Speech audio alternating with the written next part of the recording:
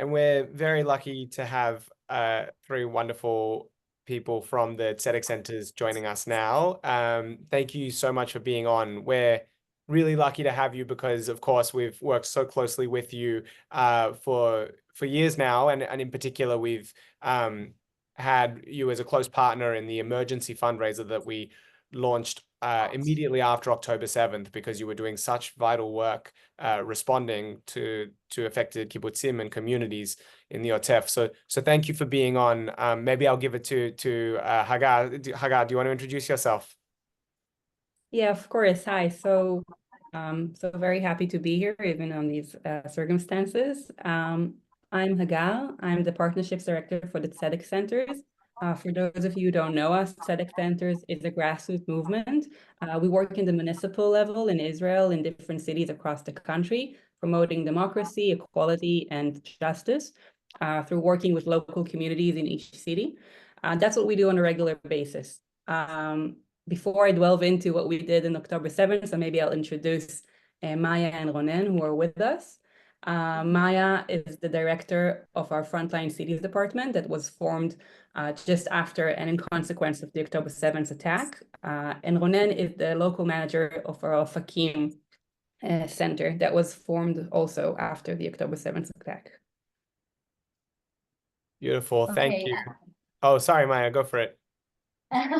Okay, so I'll start and say that really, like, in the 7th of October, we understood we have to do this emergency response, which was really big and had a lot of volunteers, and was really important to try to think what the community needs in this situation.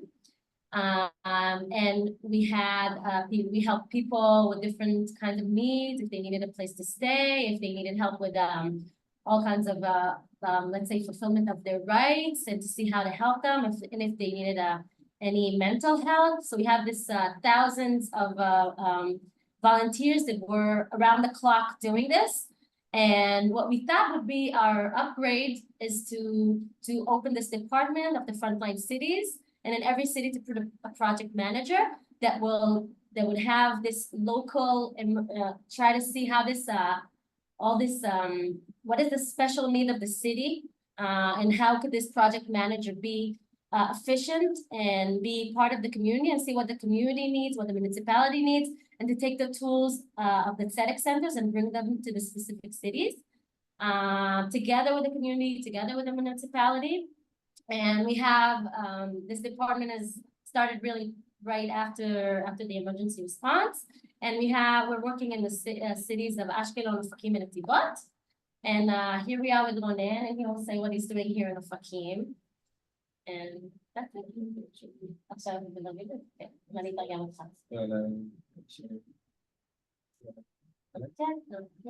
בוקר טוב, שמי רונן ואני הרכז מטעם מרכזים לצדק חברתי באופקים.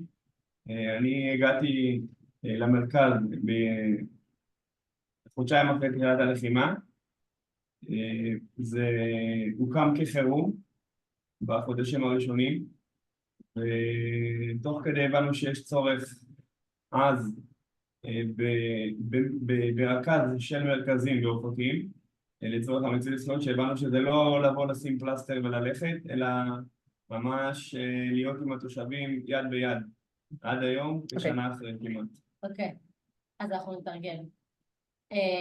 So Ronen is our project manager in Ofakim, and what started is the emergency response in the city because what happened here, and a lot of people needed help to see how they could fill forms and fulfill their rights, and see how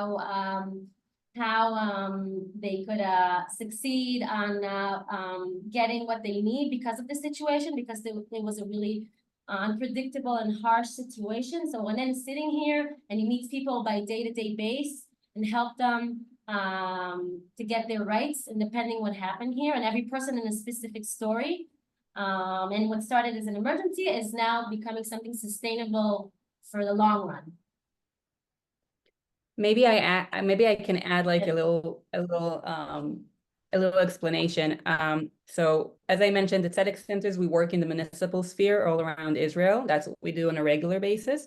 And in October, we were preparing, I don't know if everyone here is familiar with it, but we were supposed to have the municipal elections in Israel at the end of October. And that's what we were preparing for as an organization.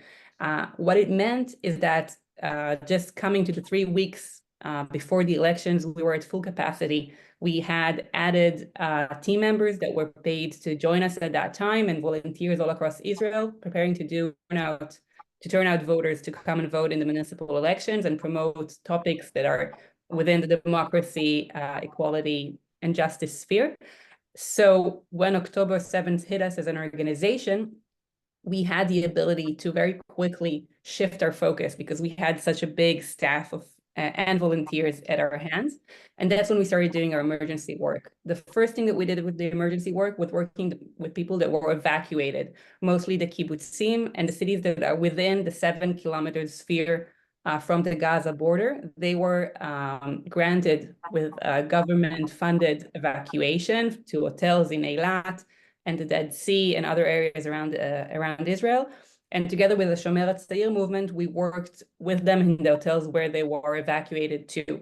But very quickly, we came to realize that many people, both within the 7-kilometer line, were not evacuating for different reasons, personal reasons, and also that the area that is just outside the 7-kilometer line, that it was not granted government-funded evacuation in cities such as Ofakim and Netivot, who were just a few hundred meters away from this line, but they did not receive the same kind of government funding to be evacuated.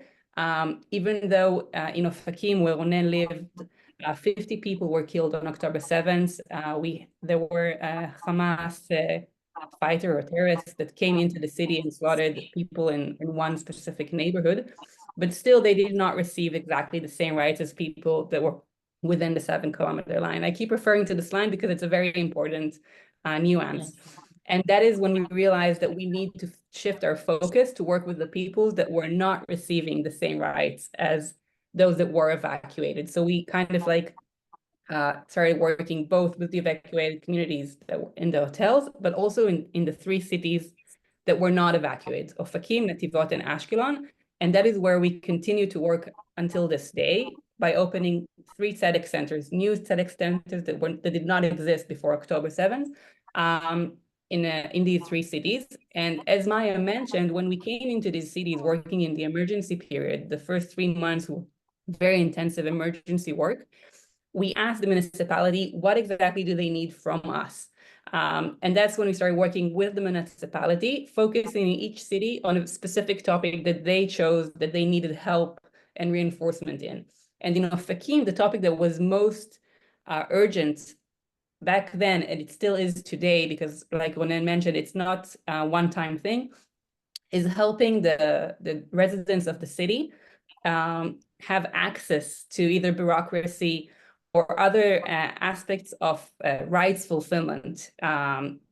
There's a lot of paperwork involved. They don't receive compensation for what happened to them on October 7th by default. They have to be actively asking for it from the different government bodies or the municipal bodies. And that is what Ronen has been doing ever since, for 1 year now, working with the residents of the city. Well, kol hakavod. It sounds all-consuming and really critical work. How is it? How are you guys doing 1 year on? I feel like you're still in an emergency mode, even though it's been a year now, and we really hope things are settling down for you. We hope you're feeling like you can return to normal life. רונן, אולי תענה על זה אתה, הוא שואל איך המצב עכשיו שנה אחרי, האם זה עדיין חירום או שאנחנו כבר מתחילים לחזור לחיים רגילים? נראה לי תספר אתה ונתרגם אותך. סבבה, אני אגיד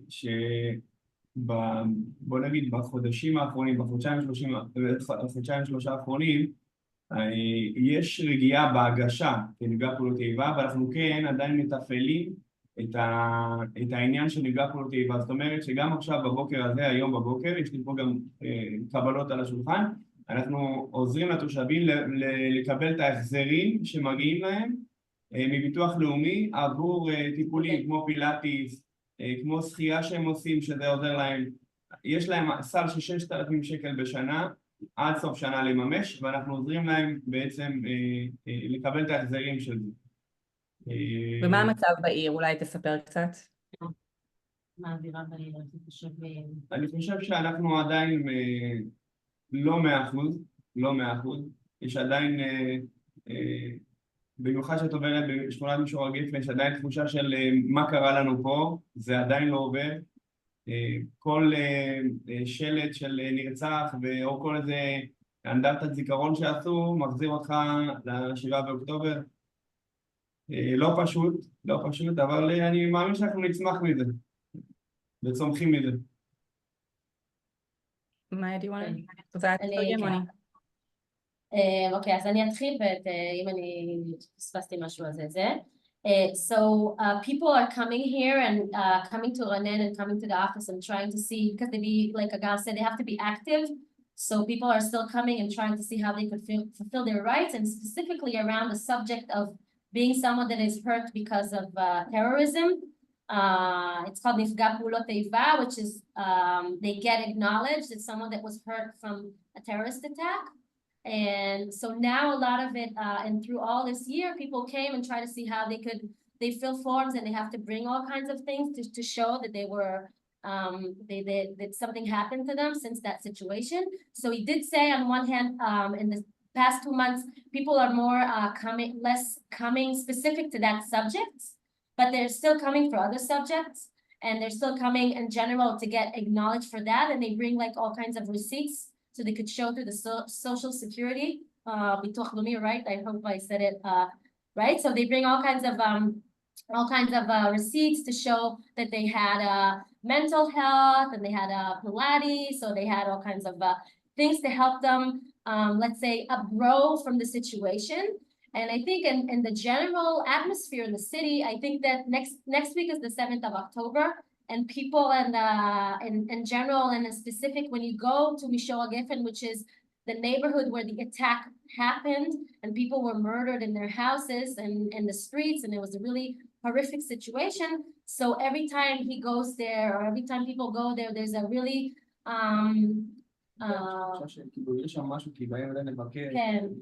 So he said that there's a feeling of something still going on and certain tension, or people cannot believe that that still happened. And they have people coming with tours and walking through the neighborhood and seeing all the signs of people that were killed and murdered, or having there's all kinds of like places where there's marks of people where they were murdered. So it's really a part of still the atmosphere of that specific neighborhood, and in general the atmosphere in Ofakim. Agar, if there's something I missed, so add on. Mm-hmm.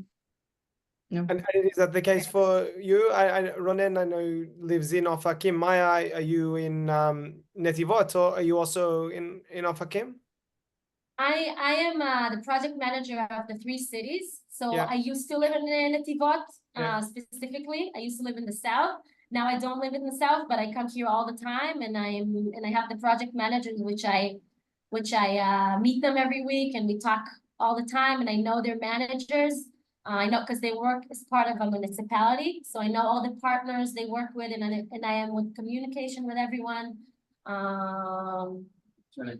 לא, אני אגיד את זה בעצם. אני אגיד שיש שיתוף פעולה מאוד מאוד פורה גם בין העירייה וגם בין מרכזים, שהם הבינו את הצורך של מרכזים בעיר אופקים, והשיתוף פעולה הוא ממש כיד אחת. So what Rona is saying, that we really work together with the municipality, and we have like together we are leading the city to where we together think it needs to be. So there's a big connection and cooperation all the time. That's awesome. Does that give you hope that things will start to return to a kind of a better life, where people have what they need to get on after we've marked this anniversary?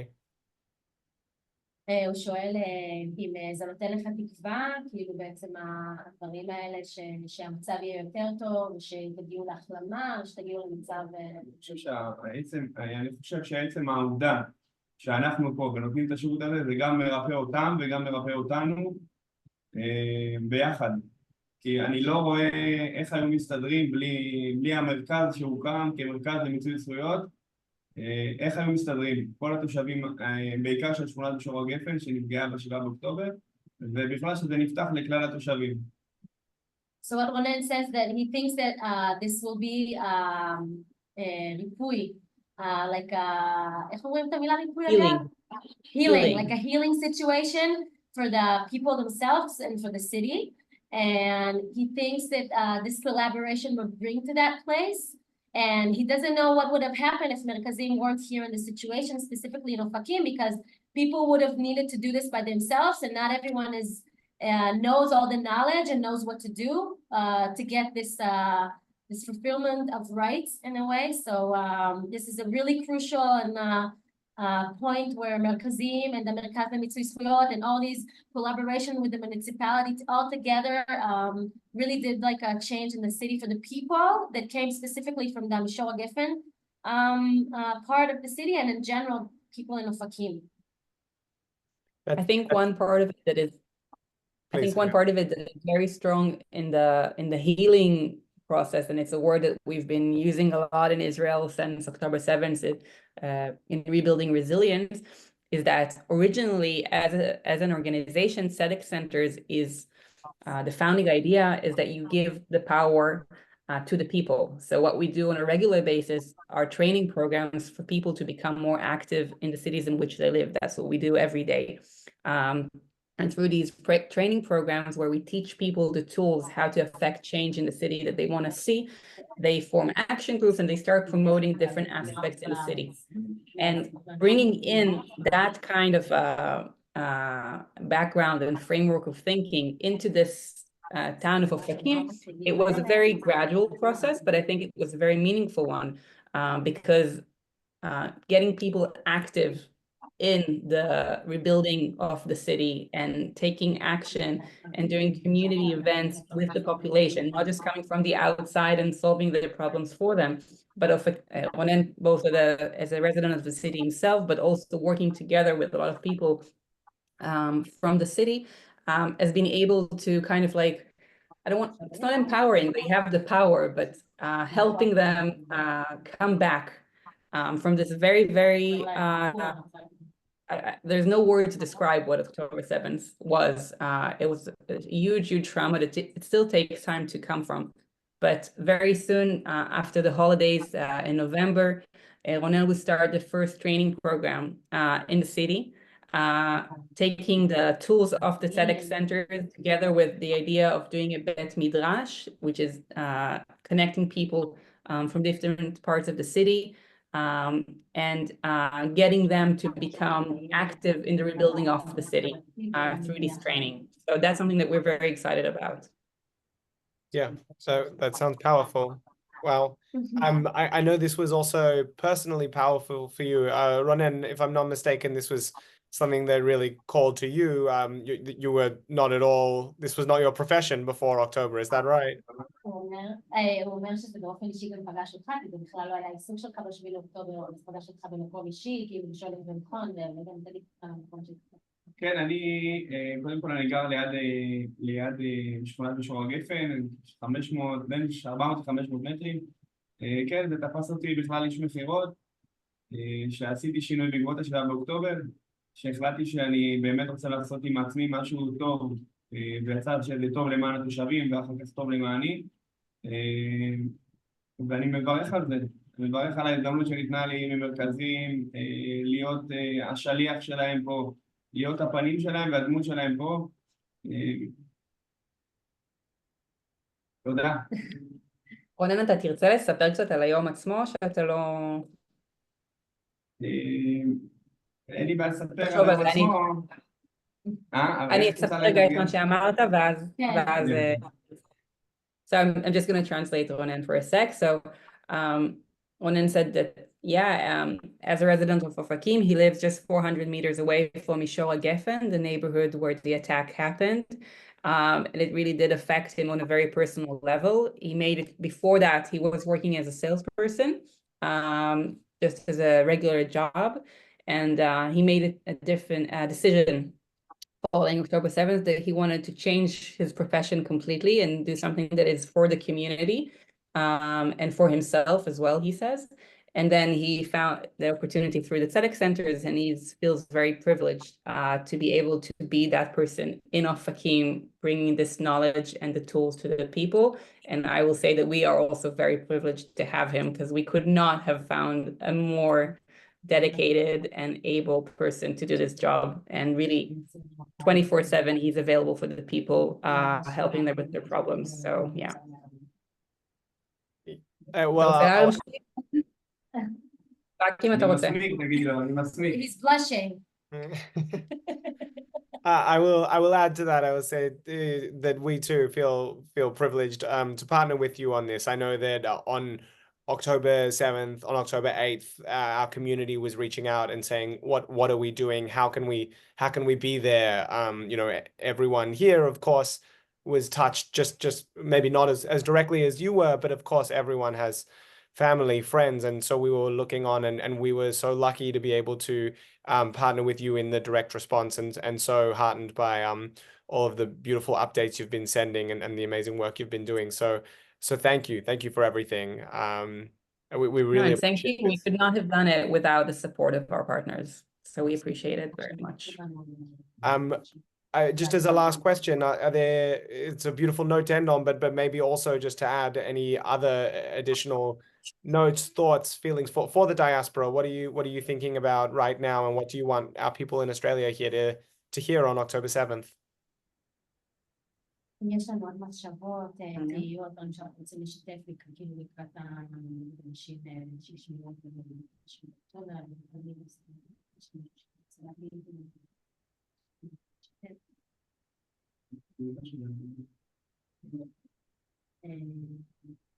להגיד שאנחנו יש כבר כאילו למשל שיש בזה מסע ארוך של שיפור, וזה לא נגמר ביום בשנה. זה עבודה שלך, יש לנו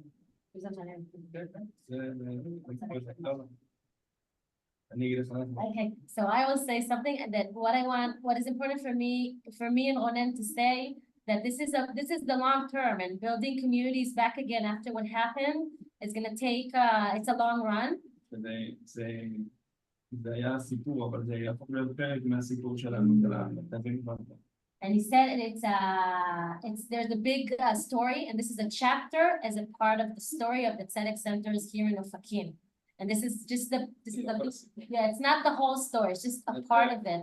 It's a chapter, and we're really excited to see like what the future will bring to this special connection. He says the next interview and call he's going to do in English, and he's not going to be shy from it. Or I'll do it in Hebrew. We'll see both.